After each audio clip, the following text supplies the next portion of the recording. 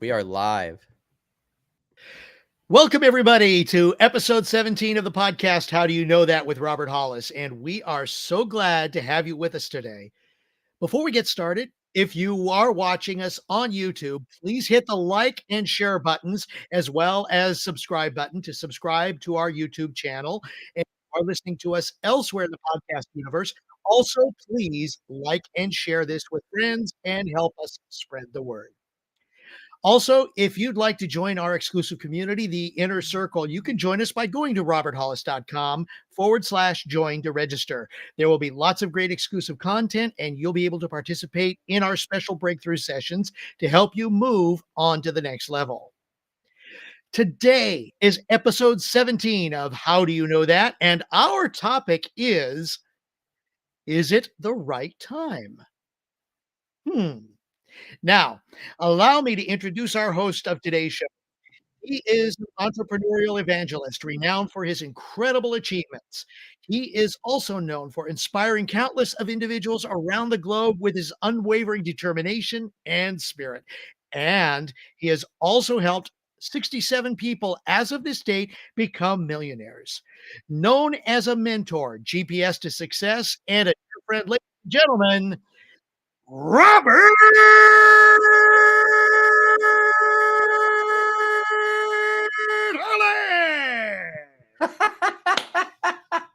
Oh my God. Thank you so much, Craig. I love and appreciate you so much.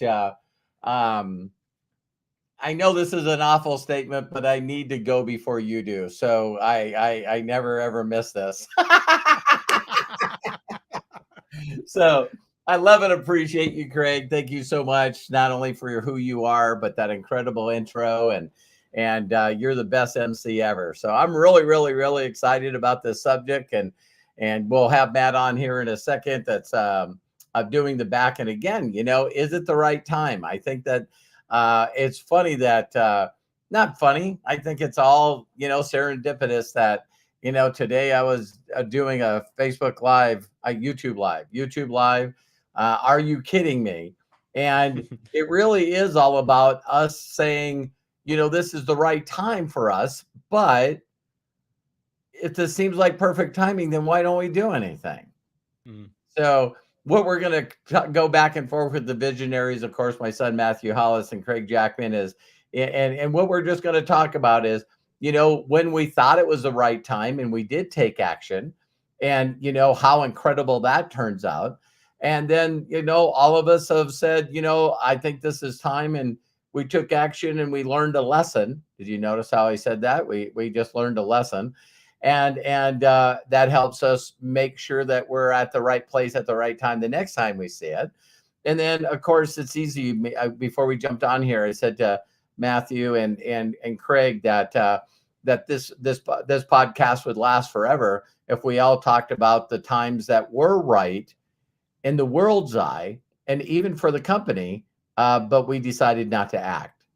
We just said, nah, we don't think this is the right timing for us. And the example that I'll give, and then I'll throw it over to these guys, is all of us heard of a company called Apple. And of course, we all use examples like this. And, for some of us, that wasn't the right timing because I didn't even know what a stock market was. And even if I knew what a stock market was, I wouldn't know how to buy a share of stock of Apple. You got to have a little bit of awareness as well, because apparently Warren Buffett had awareness enough to, so we always hear these stories about being at the right place at the right time, buying Microsoft stock, buying crypto at the right time versus the wrong time. And so there's a good opening. And what we'll do is immediately turn it over to my other visionaries, Matt and Craig. And Matt, I knew that we were thinking about doing an interview of me, and you threw this topic in right away. So I'd like to start with you, because what the hell is in that mind? I don't know. What are your thoughts on that? I don't know what's going on in my head. No, I that's something I'm trying to figure out. Was this the right time to ask you that question? It was. I don't know of another time that would have been better. So yeah, I don't know. I think when I was thinking about topics for today, we always go back and forth with one another about what we want to talk about, and we really are more spontaneous about it than Yeah. planned. And we like it that way. We like to just hop on here and talk about these topics. But as far as the right place and the right time and all those types of things, I think we've all experienced certain situations where we really, really wish we would have taken action. We felt like it was the right time, but we just didn't. And then, of course, there's multiple times where we took action we weren't supposed to, or it was right place, right time. And so I think there's a lot of people right now that are sitting in like this in between, myself included, and I've been there, Sure. Sure. right? This in between indecision where you're like, I could do this with the next couple years of my life, or I could do this, but I don't know what's going to happen if I do this. Maybe I should do this, right? And that indecision can be like so toxic to your like happiness and excitement day to day. And I've experienced this myself, like ever since I was a young kid, I've wanted to be in animation. And now I'm watching AI grow and I'm watching these pieces of technology grow that will allow me to build animation and build films and short films and stuff with a lot less people, which is like very exciting. I won't need Pixar levels of hundreds of people to pull it off anymore. I'd love to get there, but it's like, man, if I would have took this action even a bit ago, none of these things would have existed. So it's like Wow. right place, right time. My mindset is in the best place that it's been in my life. And then all of these things happen right at this exact time. And it's weird to not feel like some form of fate, right? Like I've been developing all of my marketing skills and all my things for this, because it's one thing to be like creative. It's another thing to know how to market something that's creative and get Yeah. people to watch it. I think that's the big like hiccup with a lot of creative people is they are very creative, but they don't know how to market themselves enough to get people to actually consume what they're making. And then they look at some people and they're like, I can't believe that person's so famous when they don't make really good stuff. Like, how are Right. they famous? Are They're you very good at marketing are you themselves. kidding me? Yeah, are you kidding me? Right. So for me, it's like right place, right time. I had that feeling and I've had that feeling a lot.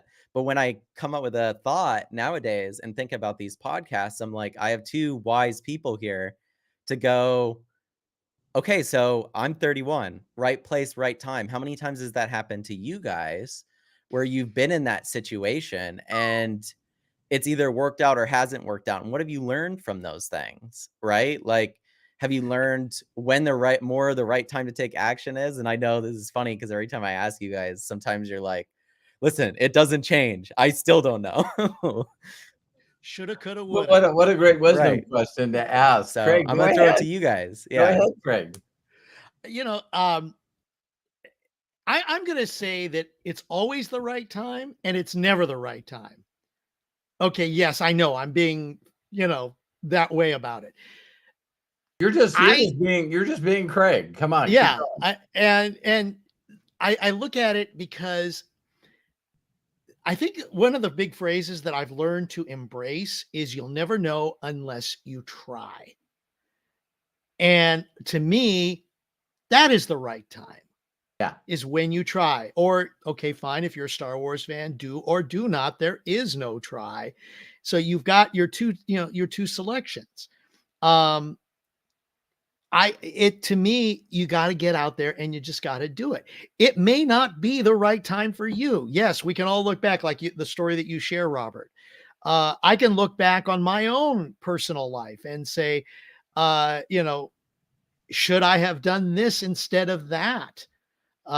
Should I have married this person instead of not? Because of certain things that happened in my life that, okay, can I look back on it and say, yeah, I regret it. But, but would I be where I'm at right now and ready to accept what is going to come if I had not done that? And That's the key right there, Yeah, I man. think that's the yeah, wisdom, isn't it? Is it's like, a lot of young people deal with this. And I think, like I was saying earlier, indecision in my generation and the younger generation, I feel like is the worst it's been, at least You know, like, what should I do with my life? What is my Right. purpose? All of these things. You know why I think that's worse for your generation and younger? I want to know why. Options. Yeah.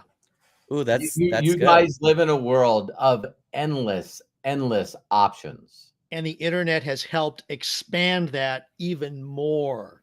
Me growing up, it's like you don't believe in yourself. We've done all kinds of videos on this, and when you don't believe in yourself and you don't have confidence, you don't have self-esteem, you will force yourself to listen to other people's opinions, and you don't even care whether or not they have the documentation or the backing for having an opinion. So when you think about, how Craig grew up and how I grew up, because we're not too many years apart, it was like, for me, the options of going to higher education to be in a professional, that was not an option for me. It was very obvious to me, based on everyone around me, that I was not the sharpest tool in the shed, because they didn't even know at that time how to diagnose my dyslexic. So I'm just a special guy and I'm young, but yet I have someone at the right time tell me, wow, you're pretty good with your hands. You should be an auto mechanic. And so now all of a sudden I'm in the small town. My options are to, we have all these niches, right, in school.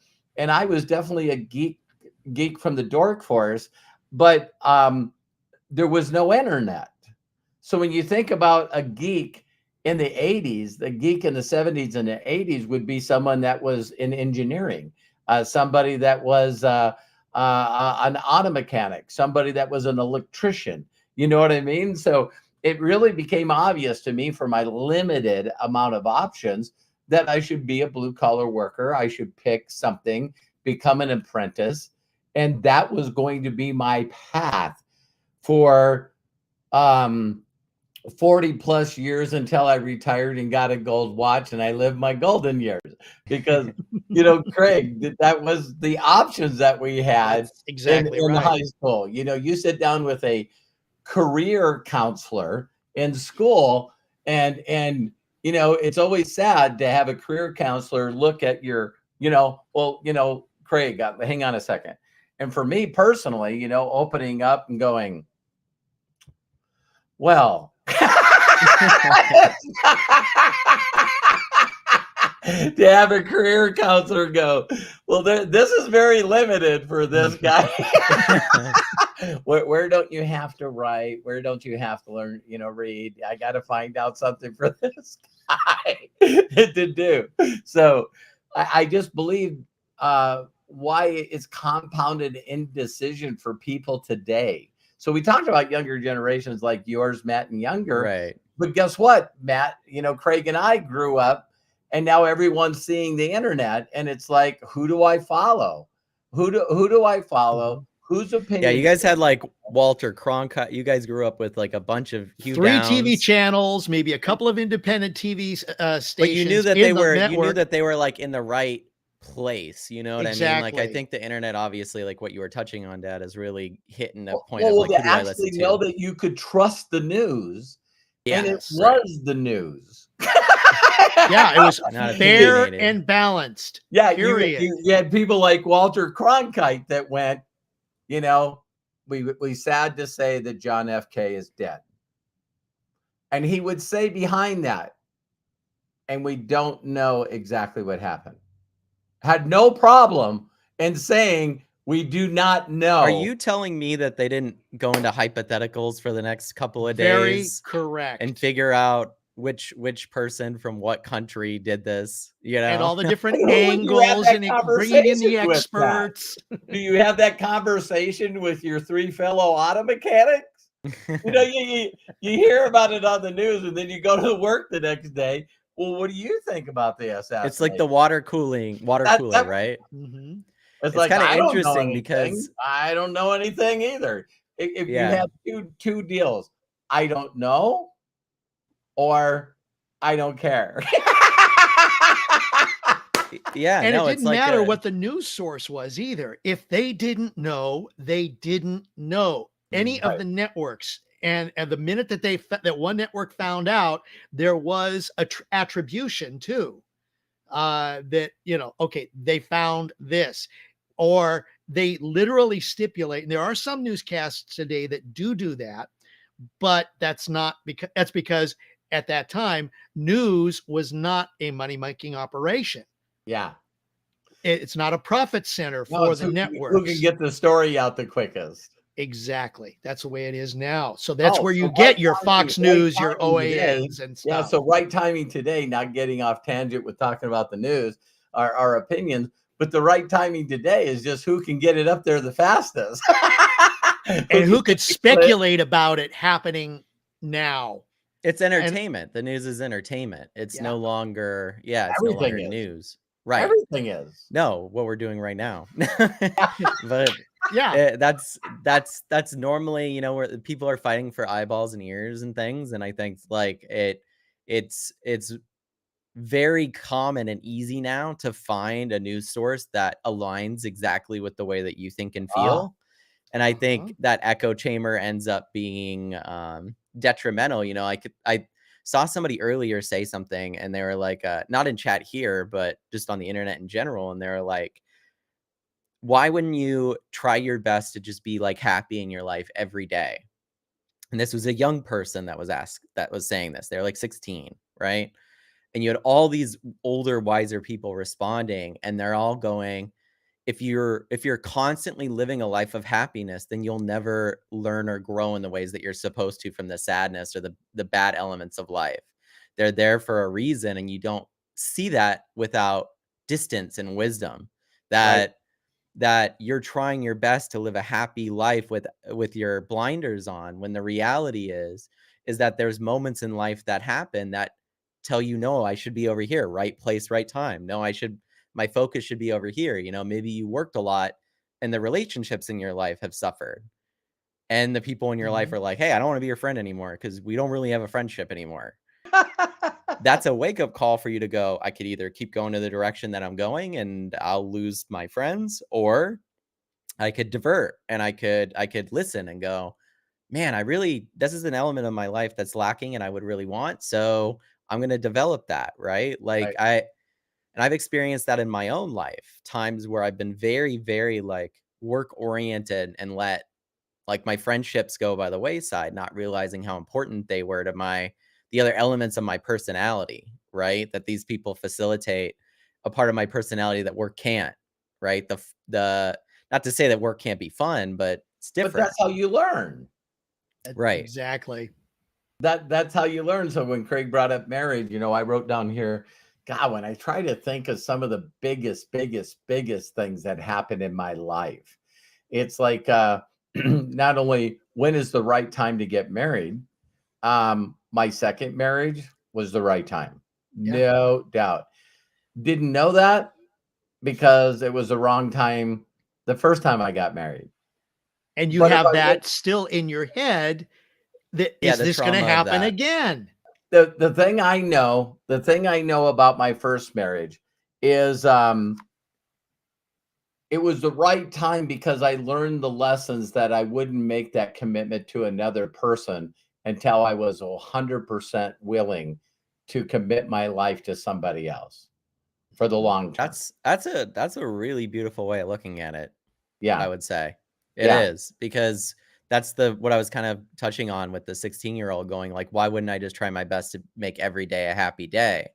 It's like, dude, if something bad happens in your life, you lose a family member, something messed up happens, it's okay to be sad about it. Sure. Yeah. It's an element of grief, it's an element of growth. It's not something that you necessarily need to just shy away from, like, and that's something that I feel like it's hard for people to get that, because we're so taught to ignore grief and to Yes. ignore pain at any measure, and, like, there's a Mhm. million things out there telling you, whether it's drugs, alcohol, entertainment, sex, all these things are telling you, focus over here, right?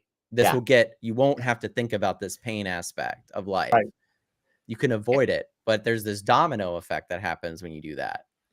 And it's all about everybody saying, buck up, you can do it, you can do it, you can get through it. And it's like, not asking But for help, that's not, right? yeah, yeah, exactly. Yeah. So you got to learn the life lesson there. And that's what, if anything, that's why we always say, I know I've said it a lot here, give yourself grace. And you've shared this also. It's a life lesson.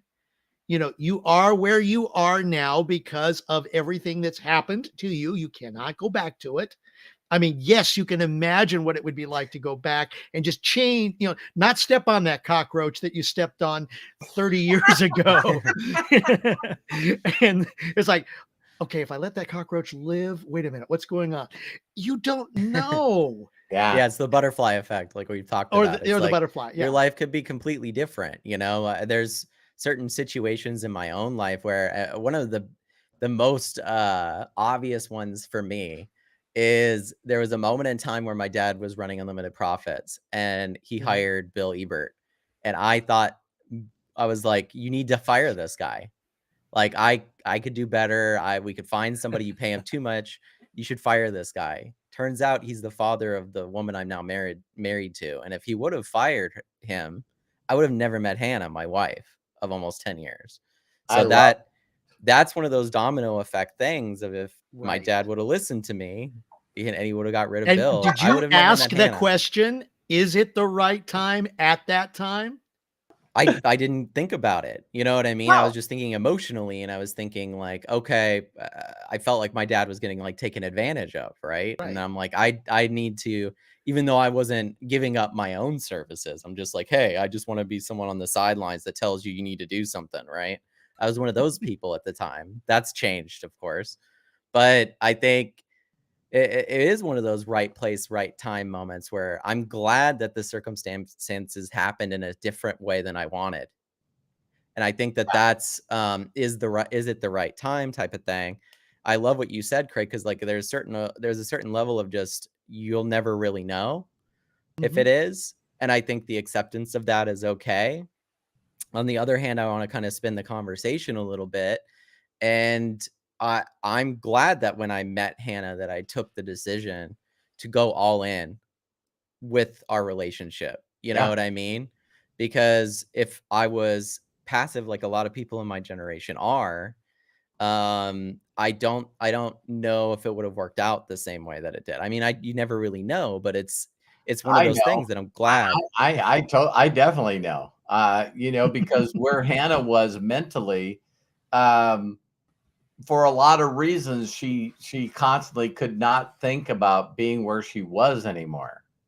And Right. so, if I think that if you were not all in kind of person, you know what I mean? I don't think that you guys would be together. No, I think that's one element of who I am. That like I'm very like ride or die, all in type of person.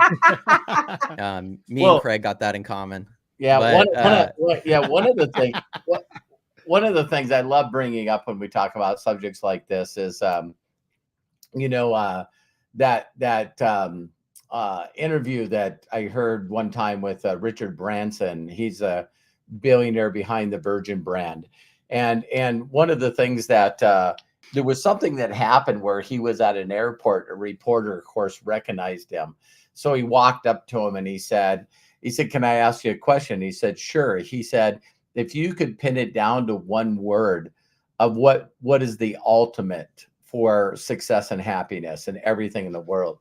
And he goes, "No doubt the word is wisdom. Wisdom."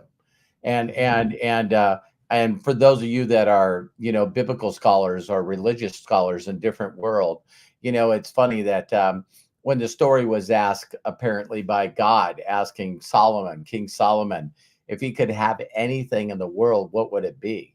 And he said wisdom. And God responded with asking for that, you will have everything.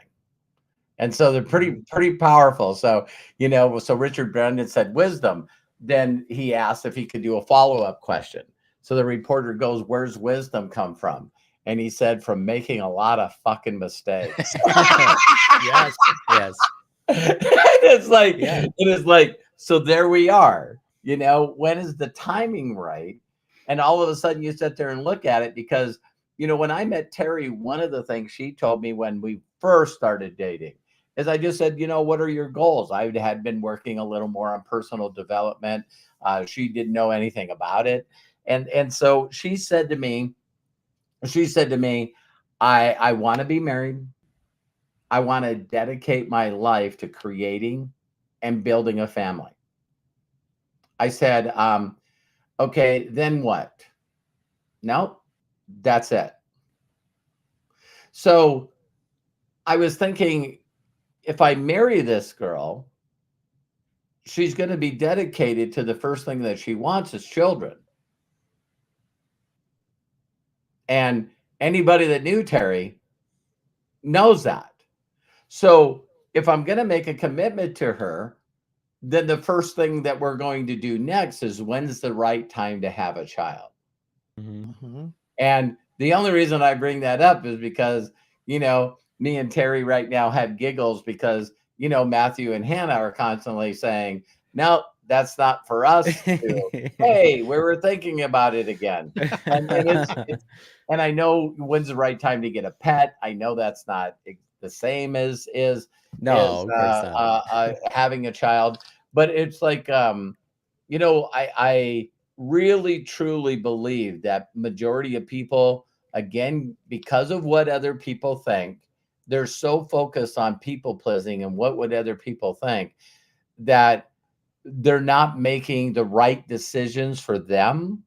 Because you should be, if it excites you, you just got to go all in, and that's how you learn what to do and what not to do. And we constantly hear, from Maya Angelou and everyone out there that's ever wrote any book about is why is the book full of mistakes? Why is the book full of people that did the wrong thing and then found out the right thing? I just don't remember a story, Matt, and I know you love, Greg, you're in the arts, that the hero story starts with, I don't feel right here. I don't feel right doing what I'm doing. So that's now the opposite of the right place at the right time. It's like, I know I'm in the frickin' wrong place doing the wrong shit. This is not fulfilling for me. This is not happiness for me. Mhm. So sometimes the best way to find out the right things to do in your life is find out all the shit that you don't want.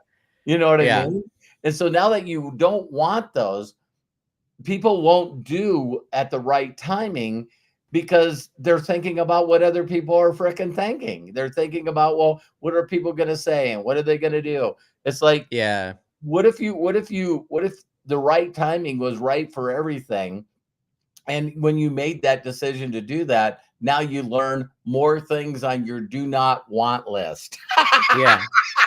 And do Well, you think that that's a bad thing or a good thing? Because you may think, oh, it's pushing me down even further. Well, are you going to take that as a lesson I and think that's learn from yeah. that so that you can go to the right direction? I've got a little quote here from Isaac Marion that I kind of have like in my little Sure. pile here, Please. which is perfect. Every experience, good or bad, is a priceless collector's item. And then the other quote along that goes to me along with that is, good decisions come from experience and experience comes from bad decisions, which is what you were just talking about. Right. And how do you get to that good decision? By experience. Is it the right time? I look at it, okay, and I know we've brought this one up before.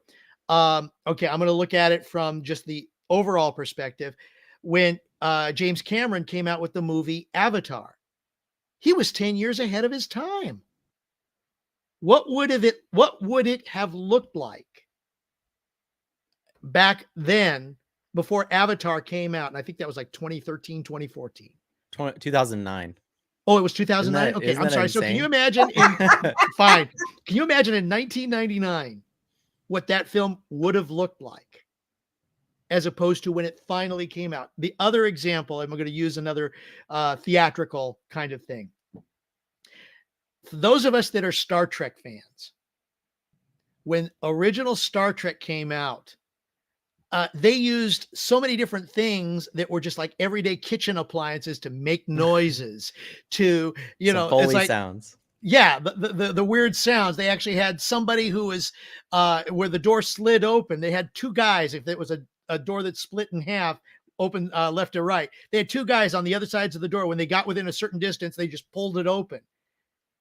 Now, look at all of the special effects, not just from Star Trek, but going into Star Wars, going into The Expanse, going into so many of these the sci-fi fantasy films like The Hobbit, any of the magician stuff, the Marvel movies. I mean, my gosh, could you make one of those back then in No, I mean, and the 1966? domino effect, right? Like the Yeah, domino effect of decisions. You know, like you no matter where we're going in the future with artificial intelligence, the domino effect that it will cause, I can promise you, will be positive.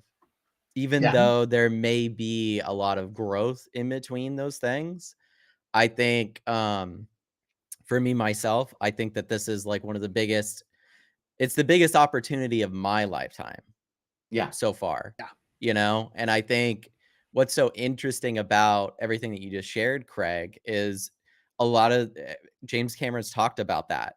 He did Titanic in 1999 because he had already written the script for Avatar and the technology didn't exist to do it yet. And yeah. so he had to wait. He had to sit on it, right? And that I think a lot of people have been like gatekeeped from doing there's been a lot of gatekeeping going on from doing things.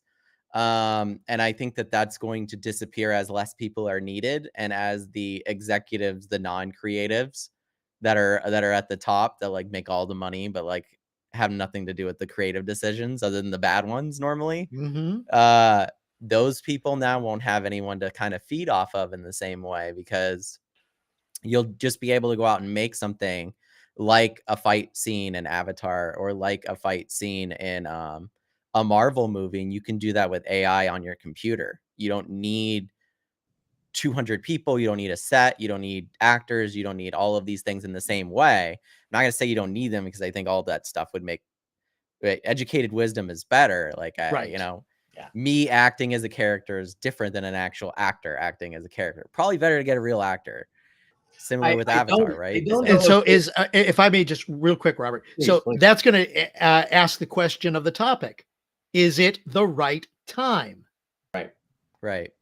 My deal is it's interesting for me because when I still would like to know where this, there's this phrase that I've said forever. It should be called uncommon sense because really no one's got it. I'm telling you, it's freaking mind blowing to me. So when I got into racing and went to my first racetrack in Glendive, Montana, I was probably, I don't know, 15, 15. And they had time clocks and people knew who won the race. Everyone knew. Two cars went flying down, lights blew up on one side, the left or the right. And I was going, man, if I'm going to do this, why wouldn't I want to learn from the person that was the fastest person on the track? The thing that still bothers me in this world is that every person that I have met is living, that is freaking living a fulfilled life, are these people that are just jacked out of their mind with this didn't work, this didn't work, this didn't work, I don't care, this didn't work, this didn't work, this didn't work, this didn't care. Mhm. And it's like, there was someone that I met years ago and they had a Rolex watch and someone was saying, you got to look at this guy's Rolex watch. And I said, I could give a rip about, watches, you know what I mean? And I looked at it and it had on it. And in diamonds, it said NOW. Oh, And I looked at it and I went, that is freaking amazing. And he smiled at me. And I go, what made you think about that? And he said, every time someone said to me, when should we do that? I would look at my watch and he said the line, NOW for him stood for no opportunity wasted. That he knew that everything that he just jumped it, did it. He said, I would know within milliseconds. Ah, I don't want to do this. I don't, and you know, people just don't want to trust that it's okay to be ignorant. It's okay to Mhm. be ignorant, and it's okay to fall on your face. It's Yeah, so humility, like everyone I met where I'd right. like to get some data. I don't know, Matt, with AI, if you could find this data, but I just want to know people that are that have accomplished that we look at in the world that inspire us. If everyone just knew how many times they failed, what Well, I we remember seeing that graphic go around Mhm. Facebook back in the day because there's a lot of people too in my generation and younger that feel like if they don't accomplish some form of massive success by 30, that you just have like wasted your life already. Which is, I'm sure, a young person's problem in most cases, but, yeah, like, it there's always this thing of, like, well, I need to be hungry, and I need to keep chasing these things, and I need to keep chasing these things, and like you were sharing earlier, Dad, when that's pointed in a direction that's not you, and you don't have that self-confidence, like you said, the no opportunity wasted guy, right? That reminded me of the movie Yes Men with Jim Carrey, or Yes Man, where he right, said yes yeah, to everything after he was like, no, no, no to everybody's stuff. Um, you have to have a lot of confidence to get into a situation that you said yes to and know that it's not for you and be okay with that and go, yeah, this isn't for me. Because a lot of people like they'll extend themselves and they'll get involved in something that they think they might like and then they'll just do it for 10 years, right. right? And then you look back and you're going, why did I do that for 10 years? I don't understand what was wrong with me. And it's like that whole time it's just that lack of like self-talk of going, is this what I want to be doing? Or the fear of the unknown, the fear of like doing something else that would put you in a spot that's uncomfortable, right? But you know that you're supposed to be there. I've always been very comfortable with being creative, designing campaigns, marketing, websites, graphics, editing videos, all these things. Now, creatively writing and animating something that has my own emotions and thoughts in it, that is a lot harder than giving just an opinion on here because I need to clearly and concisely say what I want to say without rambling on like I do here. So like I Mhm. people's time's important. So like I I don't know why I knew that's where Matt was going. It's like, Craig, one of the things, like, I would like to see the data. I just don't know why uh, people won't talk to people and say, so, Matt, you were talking about that graphic where, the Kentucky Fried Chicken, Colonel Sanders, all that stuff. And the one Right. that I thought about that I know that you guys have seen, and if you didn't see it, just, go on internet, Google, and just put in Abraham Lincoln's failures. And Mhm. when I first seen this, I just thought that it was bullshit. I just thought you're it like, was there's no bullshit. way, right? Because that's what Yeah. you'd think. Right. And Most of so us I would. pulled it up quick, and it's like 1832, lost his job, defeated by state legislature. 1833, and I'll just do the last one Yeah. because we're in the 1800s. 33, failed business. Uh, 35, sweetheart died. 36, had a nervous breakdown. 38, defended as speaker. 43, defeated nomination for Congress. 48, lost renomination. 49, rejected for land officer. 54, defeated in the U.S. Senate. 56, defeated as vice president. 58, again defeated in the U.S. Senate. 1960, president of the United States. So there's 32 years or 30 years, sorry, 28 years of failure, failure, failure, Yeah. failure.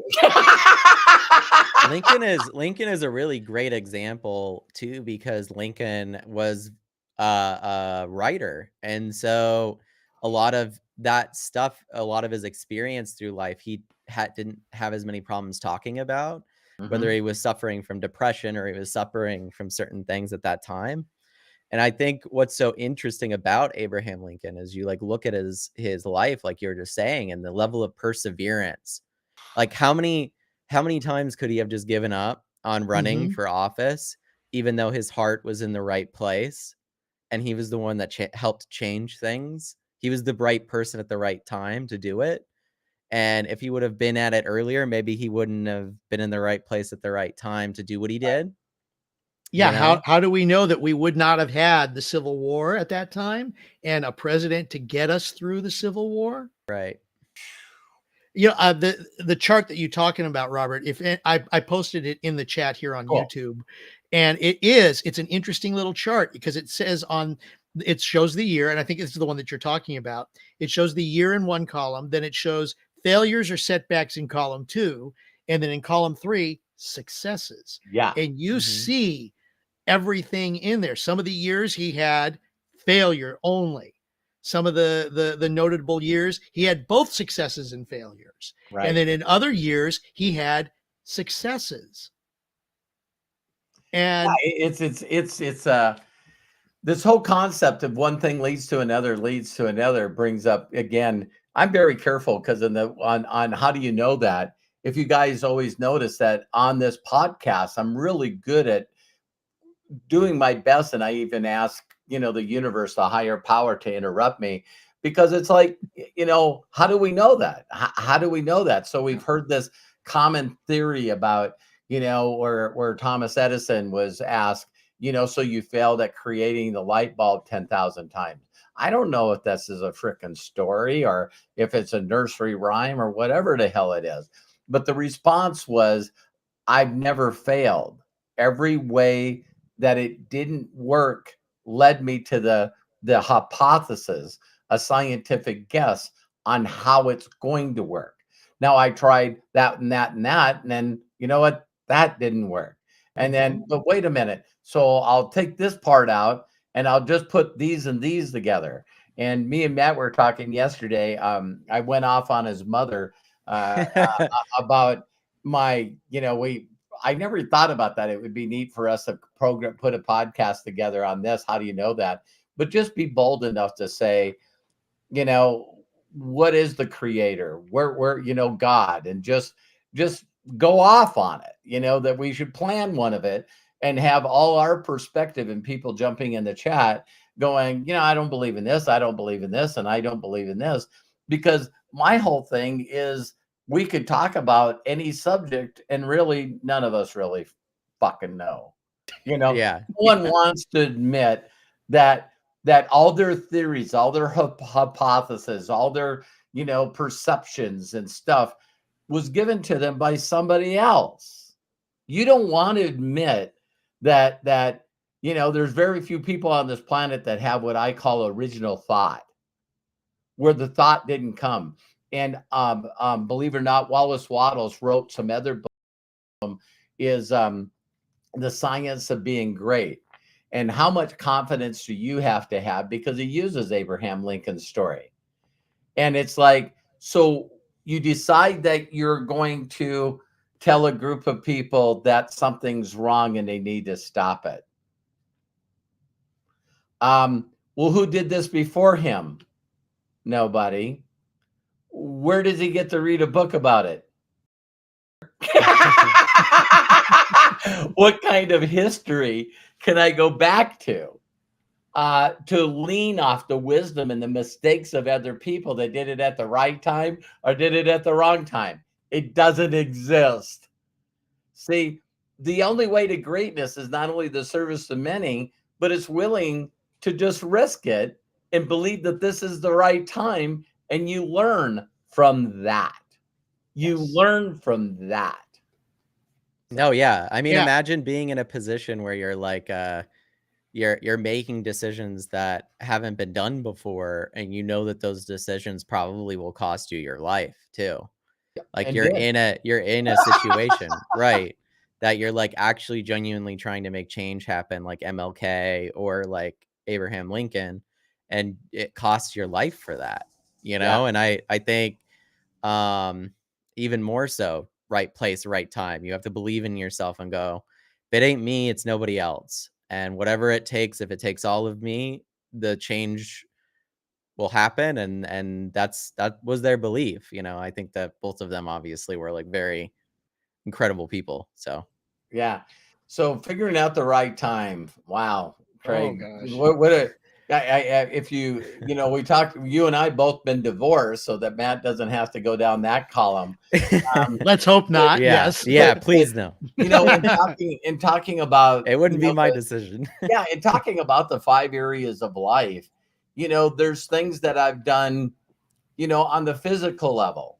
You know what I mean? It's like this crazy stuff, and I hate watching people do this. But when's the right time to stop doing something? When all the evidence all the way around you is saying, dude, Cut it out. you gotta fucking stop. And to me, it's nothing more than in combat sports, because it's an individual sport. And every person that loves sports knows when a person is like, why are they still doing that? Especially individual sports. It's like,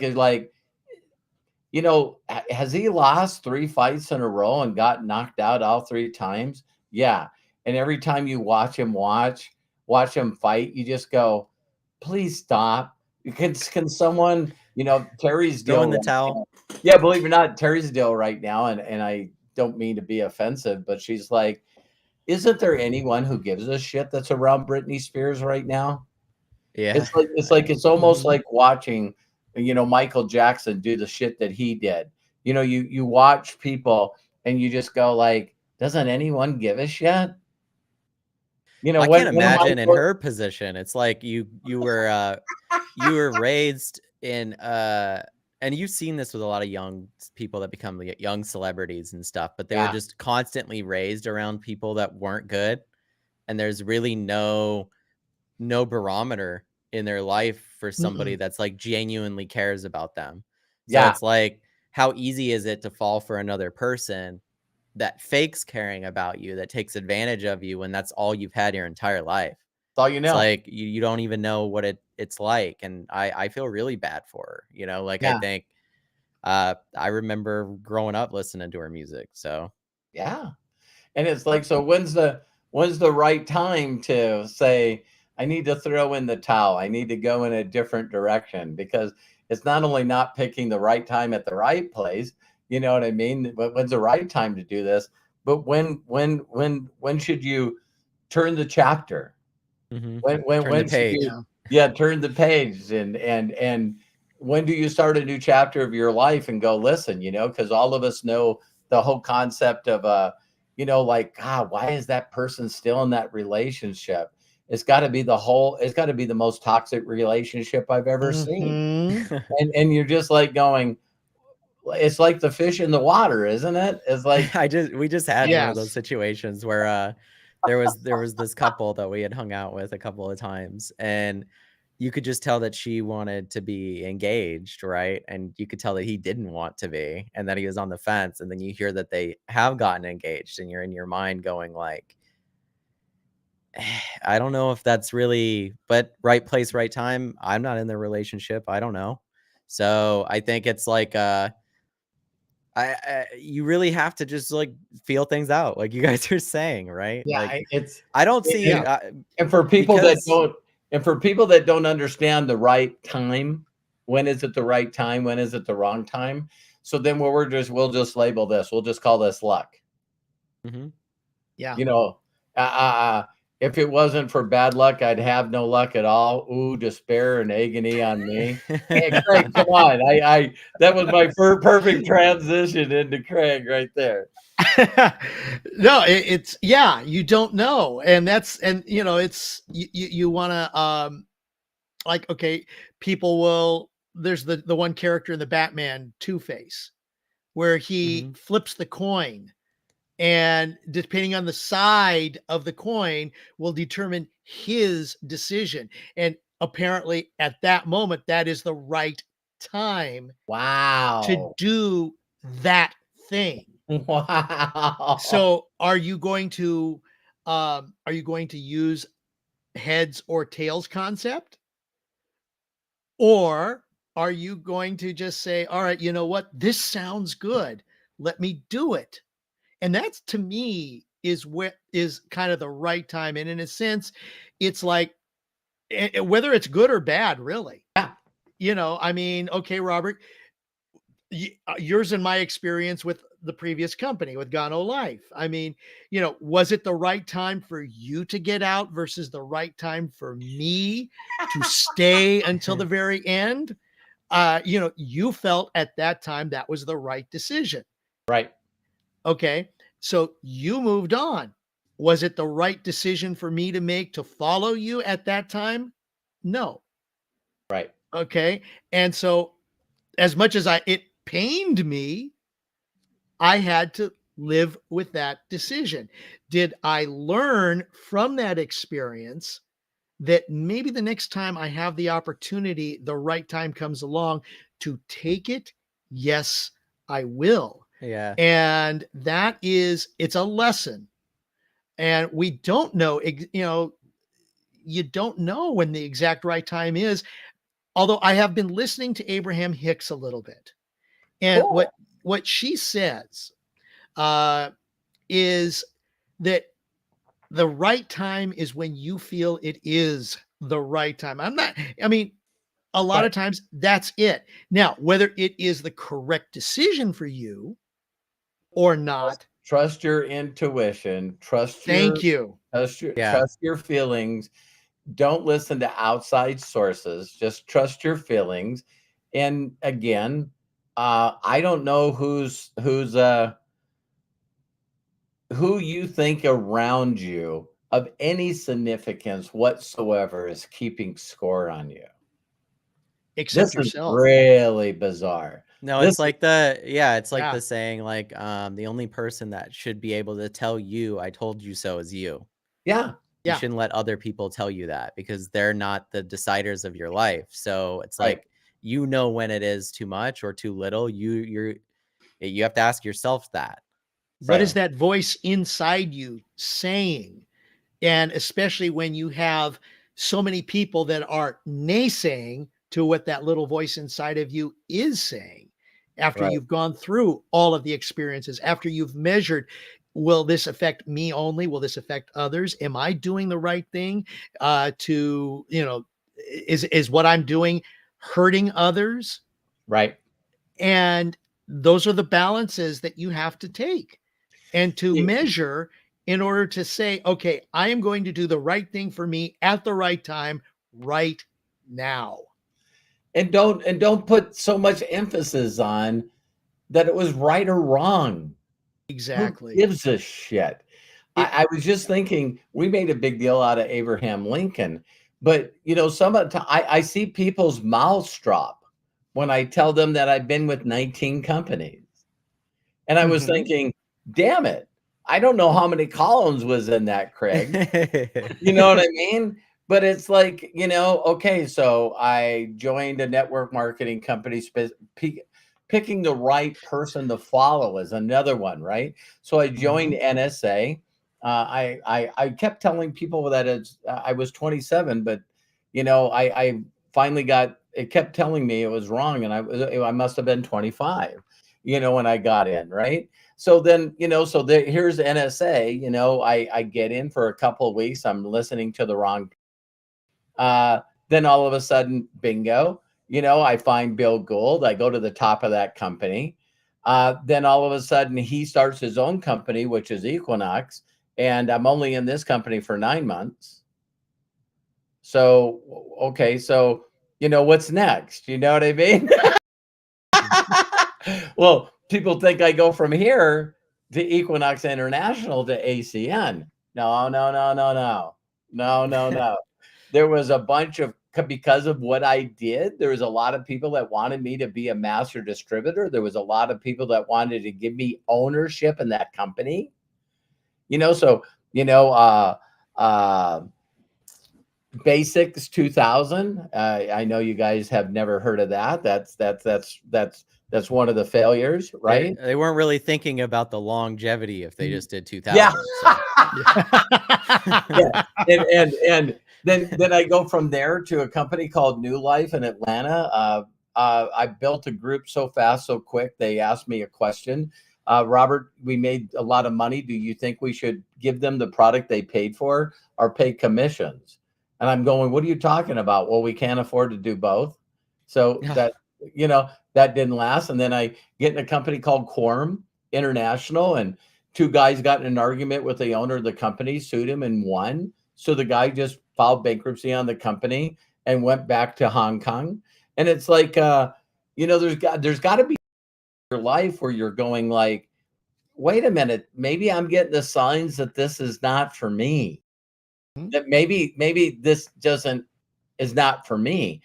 Well, sometimes that's called being humble. So to think that things can get to such a bad place where all your stuff's in a Quonset at your mother and father's-in-law, your son Matthew and Kyle is living with your grandma and grandpa, my mother and father-in-law. I'm sleeping on a mattress in a garage in Atlanta, and just found out another company done. Mhm. So now I'm like sitting around, what in the F am I going to do?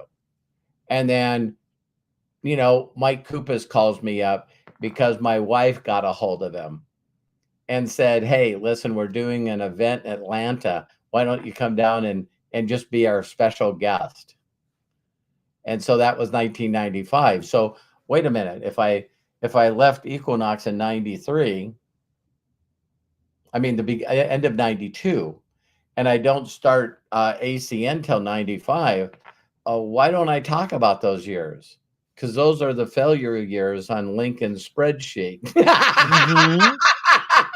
It is like, I'm Do you second-guessing. think any part of your mind kinda, like, jumps those years anyway Yeah, with time?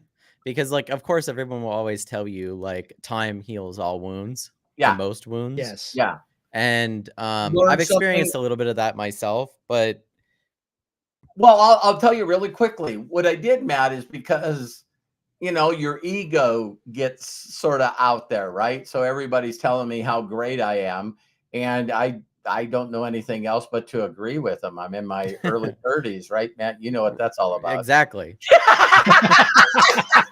So someone tells you you're a genius and you're brilliant, you're going, you know, Yeah, hey, you start to believe them, you're right. another smart person that I met. And Yeah, so there was things like me and Matt were talking about, we can't wait to create the studio and come out with these incredible things. And it's like, you don't know that you don't know. Again, that's why you Mhm. got to trust the ignorance, because you're never going to know.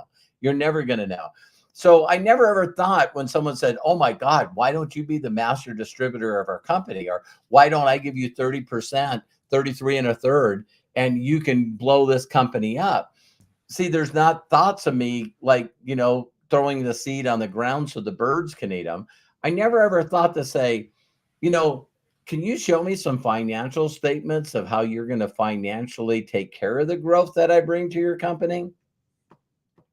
mm, Yeah, that should have been brought up. That should have been thought. No, I don't know that I don't know. Someone's just telling me right. I'm great and you're amazing. And it's like, we'll give you 33% of nothing. And why don't you come over here and waste 9 months of your life? You know what I mean? So it's like, wow, okay. So maybe next time I get involved with someone, I'll ask about money. You know, are you financially stable to handle this? And then you go out there and do what you're supposed to. And then all of a sudden you find out Personal Growth Technologies was another company I owned a third of. And I'm out there selling subconscious subliminal tapes, and I am crushing it. You guys will crack up here. I've spoke on a stage at Harvard University in front of Harvard University professors. Ah, there. See, that's my ego. I see my egos. I'm like, the technology was at the Epcot Center. You know what I mean? Matt's heard it. It's 3D dimensional stuff. If you I ever let you listen to those tapes, Not but yet, no. yeah, all the ideas are great until you try to market in the Bible Belt. And everybody's going, don't you understand that subconscious programming is the devil? What? And all of a sudden the company is like out of business in a matter of moments because bad news spreads faster than good news. It's not Mm. that we got technology that is featured at Epcot Center and still there. It's not that we have all these testimonials. It's not that this is breakneck technology that's never been done. You know, we got the Z and the Y, and then we have the X axis for listening. So if you close your eyes and someone throws a bag, you can tell exactly where it's going. I still haven't seen that in virtual or augmented reality, you know? So the technology is amazing, but like we started out with Avatar, way ahead of its time. You Yeah. know what I mean? To think that people would listen to that they did another one which was crazy, Craig. You close your eyes and put on a set of headphones, Mm-hmm. and someone would cut your hair. I've seen that's And available on YouTube. there, oh, yeah, I never even thought about it. What am I talking about? It's, you know, and so it's bizarre to know that, you know, it sometimes you can give new technology to, like, AI's happening now and internet back when it started, and it could be the wrong time because Yeah. 99% of the people goes, this is what's going to destroy the planet. This is the this is not of the good world. This is at the bad world. You know, the stuff that I heard about the internet, you know, was just, Y2K and all that yeah, stuff. yeah. Yeah. Uh-huh. Everybody said that the internet would It's destroy weird. the They're world. not doing that with any other piece of technology right now, are they? Okay, Robert, I got to tell you, I'm going to take you back a little further because I remember going to, and this is based on what you were just sharing about the haircut going from one side to the other, listening to that. I remember going to, I think it was Glen Sound in Los Angeles. And they had you put on headphones. They had special headphones for everybody in the audience. And they played 3D audio. Okay, which is exactly what you're describing. Now, going back to what we were talking about with James Cameron and Avatar Yep. and those other kinds of movies, that was so far ahead of its time. Now, Yeah, it was. we still haven't even cracked that nut yet, even though we see images on TV on, okay, Star Wars. You know, here's this handheld communicator. They whoosh, the image of the body comes up, and you can take a camera and swing around it, which they've done many times, and it's a 3D image. Well, we can do that visually, but have we done that audio quality massively available to everybody? Not quite yet, but Right. it's going to be there. And I'm always listening for sound. Yes, stereo is incredible, and expanded stereo is incredible. But to hear 3D audio where it's like, okay, you're in front of me now, or you're behind me, or you're below me. Right. Not quite there yet, although the technology I'm sure exists. And Yeah, yeah, it's a matter, the is it the right technology is getting time? better and better. Yeah, right. Right. It's called spatial audio. Okay, so 3D that's what it spatial is now. audio. Yeah. It's a work in progress. It's definitely not as amazing as it could be, right? But Right. Mhm. I believe spatial audio will be right there with spatial computing because it's necessary. So, like, I think as everybody starts using augmented reality and virtual reality, there will be a necessity to have sound be an element in that registers Oh, the same as it would in absolutely. real life Yeah. because now you're no Instead of longer just left and right and in front of you, if right. you You're could three spin around dimensional. and see people behind you, then you should be able to hear a People conversation are go. not even ready for the Oh, level of yeah. a level of technology that's about to hit us with all of these things. Like, I Okay, could go off on it forever. if you remember America the Beautiful at Disneyland, Mhm. 360 vision is what it was. Now, what they did is they had, I think, like 9 or 10 cameras mounted on one physical, like, cylinder with mirrors that went out. So it was a huge Mhm. camera setup. And they would take you through the streets of Los Angeles. So you would be looking ahead, but then you could look to the right, to the left, and you would see exactly what's there. Plus, they had microphones attached to it. And so you heard conversations behind you, to the side, to the left, to the right, in front of you. And it was there for a while. They took it away, which is a shame. Surround sound Atmos is awesome. That's what Because Arthur for is because for saying. the most of the people, it wasn't the right time. Exactly. Well, Exactly. yeah, putting a whole listen, a lot of us have been to IMAX, and a lot of us have probably been in the movie theaters in There we general. go. They do a lot of surround sound work there, and IMAX is one of the best. They use Atmos and things like that as well. The interesting thing about virtual reality is like what you were touching on, Craig and Dad, is exactly the case. Is it's like when I'm sitting here watching a movie, I am aware that the movie's in front of me. Even if the Mhm. sound is behind me, I'm still aware Yes. that what I'm watching and what I'm consuming is in front of me. If I turn around, there's the wall behind me. But the Or a person, difference with yeah. right, hopefully not. But when you have virtual reality and you're in a virtual space, and this is where we're going, you will need that, and like Mhm. I've this is me talking about right place, right time. I have no idea what the creative people of this world will do with that technology Ah, Oh, yeah. because the Vision Pro headset and the other ones that will come after it and the other ones from Meta and from the other companies will have eye tracking, and they know exactly where you're looking. They know exactly they can sense your heart rate to a certain extent. There's many different things that can change the way that you consume and experience things.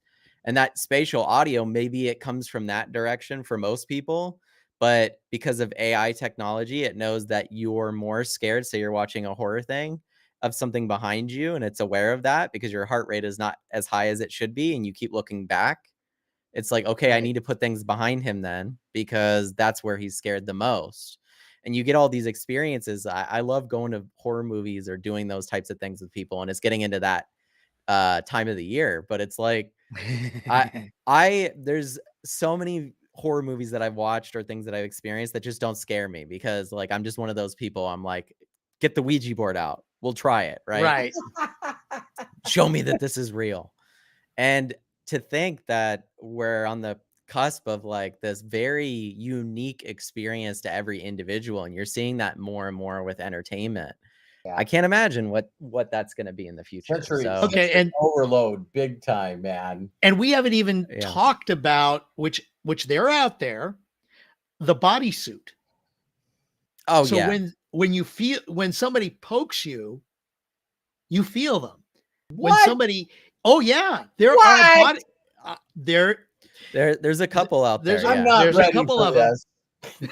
where if somebody touches you, and this is not the magic things that you can watch on like Magic for Home or anything like that. Uh, but somebody touches you, you know you're not there, but virtually they touch you and you feel it. Yeah, There no, are there's sensory already suits and stuff. bodysuits. Yeah. Yeah. Yeah, and they've been in CES is still the biggest convention out there every Mhm. single year, and there's a reason that it's become the biggest and will still be the biggest, and it's like everybody's showing up with their technology. And I'm very involved in like these worlds. So like the amount of changes even in that to go from okay, we're going to put on a suit that shocks you. If has anyone worn one of those things that like shocks your muscles? It's like I'll Mhm. work out your abs for you, right? Yeah. And Right. it's like, Yeah. whatever, right? It's just shocking you, and you're just like holding back tears the whole time. But I've watched that technology evolve into like very what Craig's talking about, sensory, where like you can have a finger of someone that's in virtual reality and they can run it down your arm and you can feel it gently. And if they push, you can feel it more. And of Exactly. course, as we get the mind figured out, the end goal would be to just full dive where you wouldn't use your body, you'd only use your mind, right? Your eyes would close, it'd be like any of those science fiction movies where you put the thing next to your temple, your eyes close, and now you're in a virtual world until you decide to exit. Um, Avatar. Wow. yeah, basically. Right. Yeah. Well, And I yeah. seen Arthur in here. First of all, I wanted to thank James Saunders for being a super Yeah, thank you, chatter. James. Thank you, James. Yes. James, you're freaking amazing. Thank you so much. And Arthur was talking about the Matrix. So to see people interview Elon Musk, and he's talking about implanting this thing in your Neuralink. brain. You know what I mean? Isn't it called Neuralink or something like Yeah, that? Neuralink. Neuralink. Neuralink. Right. And it's like okay, so the I know this sounds crazy, but so does everything. But it's like all of a sudden that becomes FDA approved. It's like, Yeah. how many of you that are watching the video live or recorded are in line? Listen, it's Or do you insane. want a chip implanted in you? It's an interesting conversation because I think a lot of people, when they think about smartphones or when they think about other pieces of technology, they thought the same way. Yeah. And we're already kind of in a symbiotic relationship with technology because everybody keeps their phones around all the time. So it's like an Mhm. extension of yourself, and it's to the point where your brain like reacts if there's light even on someone else's phone. You're like, "What happened? What Yeah. happened?" Yeah. Are you And picking that? Where you get that yeah, notification? Are you picking that up? You're getting a telephone call. and it's so crazy how like certain things used to be common and then now they're so uncommon and vice versa.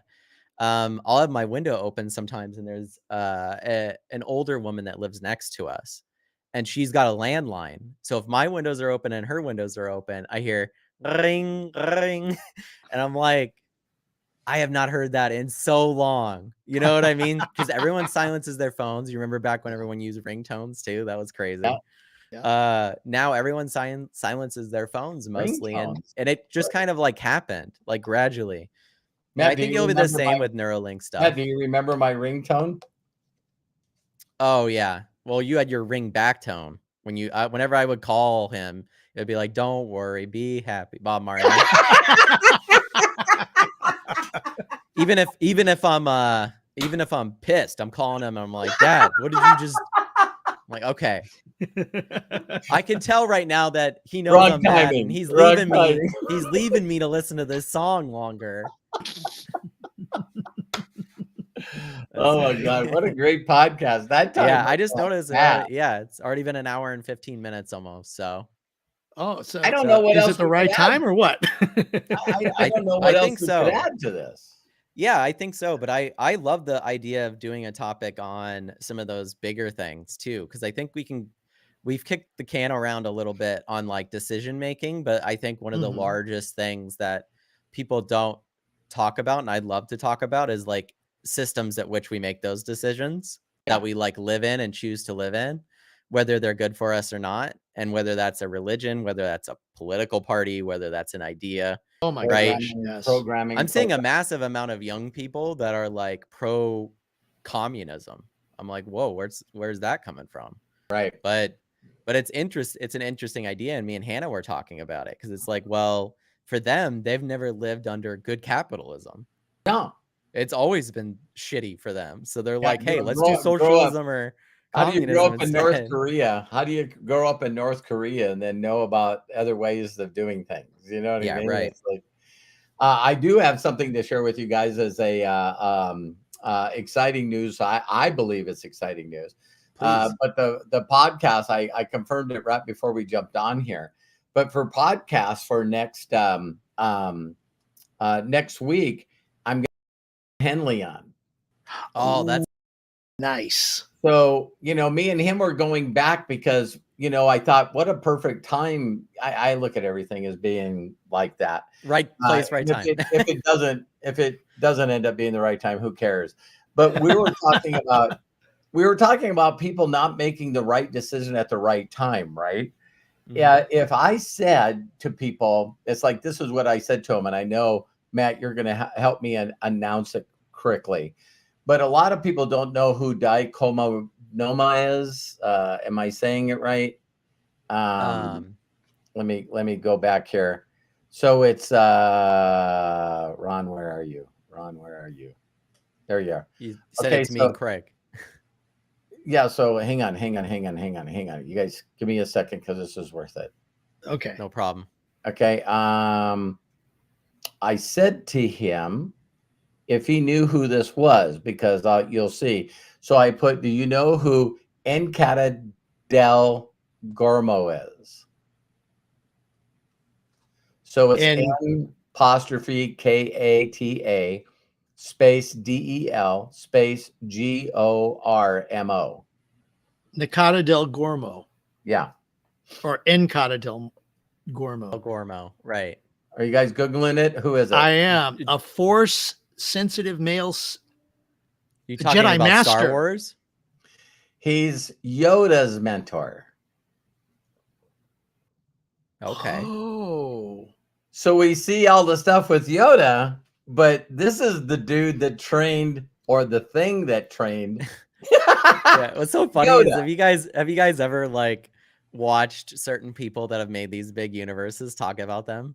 There's like times where like George Lucas has sat down and someone's like, "Who was Han Solo's mom?" And he goes, and then he just makes up a name and they're like, "Did you just make that up right now?" Yeah. It's like, "Who's Yoda's master?" Yeah, I've got the Del whole thing Cuomo here de on Baba. Wikipedia Yeah. here. But the reason that I brought this up is you guys know that I've done a video, saying who's the GOAT in network marketing, Mhm. Right. right? Well, a lot of people, if I said that name and no one knew what it was, and then people Google it and go, "Oh, that's Yoda's mentor." The one single person that would be known, like we always hear, the father is something, the father is Mhm. something, the father of gravity or the father of whatever, right? Rich Snackenberg is really the truly guy that came up with the concept of network marketing. But what's so hilarious is people don't know that people that he trained was the first people that he has as rip and top this concept to were Rich DeVos and Jay Van Alden. Mhm. They're the people that started Amway. Another guy that was in there was Earl Schoaf, and Earl Schoaf started his own company and mentored someone named Jim Rohn. And then Jim Rohn, actually moved with two guys named Larry Thompson and Larry Huff that were the top people of Herbalife. And then when Herbalife had problems in 85, they broke away and went to NSA. And one of the guys was named Jeff Roberti. And I learned from Bill Gold and Jeff Roberti. So it's like, I don't think that anybody really realizes the lineage of this industry. And if they Mm. knew the lineage of the industry, it would be, do you want to learn from Ray? Do you want to learn from Todd? Do you want to learn from Randy? Do you want to learn from, Jim Joe Bob? Or would you like to learn from Bruce Lee? See, there was a Yeah. reason why Luke Skywalker in the story seeked out, Han Solo so that he could get to a planet to find out where Yoda was. If you guys know the story, it wasn't to go there to get trained. He wanted to find his father. And he knew the guy was a Jedi, and Jedi people get trained on this planet. So I thought it would really be neat because Ron Henley is also, there's nobody on this planet that knows more about this industry and its history and where it came from than Ron Henley. So I seen him do a video just recently where, people will scour the internet trying to find a 10-minute audio on Earl Shove. Ron Henley has LPs back That's in crazy. the 48, 1948, Oh my gosh. 1950. It's like he's got LPs of Rich Snackenberg. So I know I'm getting off track here, but imagine this. Do you know that Rich and Jay Van Elden, when they first got involved in network marketing, was a company called Neutralite? They bought some of the product, tried to sell the product, and it didn't work, so they quit. And Rich's cousin got them to go to Chicago. And the guy that spoke on stage was Rich Snackenberg. And they recommitted to Neutralite. And if they didn't go to that event and watch Rich Snackenberg, there wouldn't be Amway. Yeah. So we were No, talking it's about, I thought that would be a good right. close for, The right No, it's a time. good is it the tease. right time? Because Right. if I didn't go to an event and someone told me that I needed to call Bill, where would my ripple be? Mhm. Yeah. So any We might last be doing words? I was gonna say we might be doing a podcast on mechanics or something.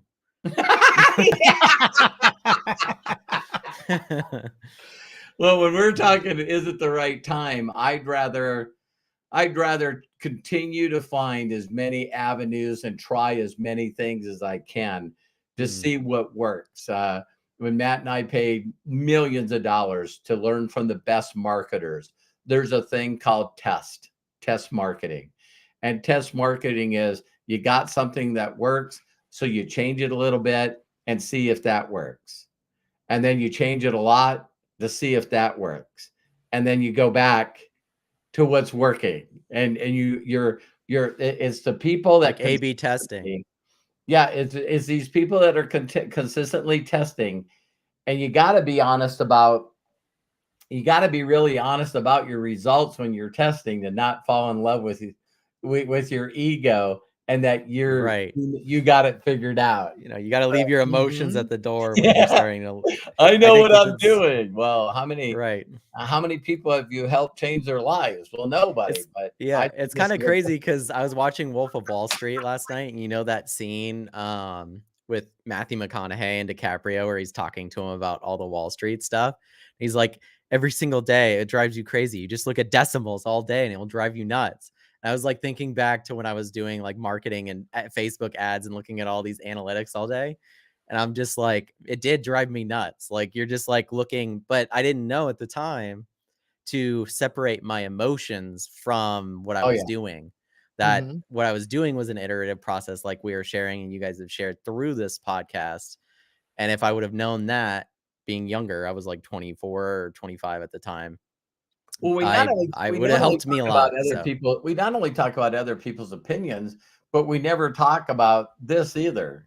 yeah, That's right. So I've watched Matt, really struggle with the concept of perfectionism, hmm and I love where his heart is, because he's like, well, Dad, it's your money that we're investing on advertising. I don't want to lose it. I don't want to lose it. Matt, what if it works and it goes crazy? What if? What Mhm. if? It's like, yeah, well, I don't know if this is the right time for me to do this ad with this amount of money doing that. So, no, so Yeah. true, so true. Oh, and we could Yeah. do a whole we could continue this using what if as the, Oh yeah, I mean, oh my gosh, how many we sort of have in the past on the right. past yeah, podcast. yeah. But No, we have. it's like, um, yeah, is it the right time? Tune in next time. No, just kidding. Exactly. Until the next right time. There you go. It's so Exactly. yeah, it's so funny. More at Wow, 8. I'm done. I'm done. No, thank you guys so much. This is amazing. Thanks for being game for the topic, and I'm excited for that next podcast too. I'm sure we'll learn not only a lot about the industry, but a lot about Ron too. So Well, I'm glad that Yes. we get to promote it. And for the people that watch this live or recorded, um, hearing the history behind things and where people made decisions, and as they made decisions, that caused the next ripple, that caused the next ripple, that caused the next ripple. And I think that every one of us are enjoying all the things of our lives, the things that you enjoy, because someone said that the right time is right now. Yes. So when's a good time to start a podcast? a couple months ago. No. So, Matt, any last words? I'm done. Nope, nope, nope. I said everything I wanted to say. So Okay, thank you close guys this so much out, for Greg. watching I this. loved it. I love this podcast. Me too. Yeah. Thank you Thank you guys so guys. much. Thank you. Yeah. Thank you. So thank you for joining us. Of course, you can follow Robert Hollis at roberthollis.com.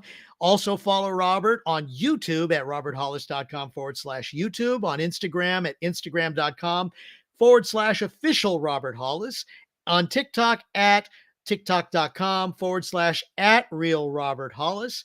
Please don't forget to like and share this video on YouTube and share it with others. It will help us grow our community and reach those with ears to hear.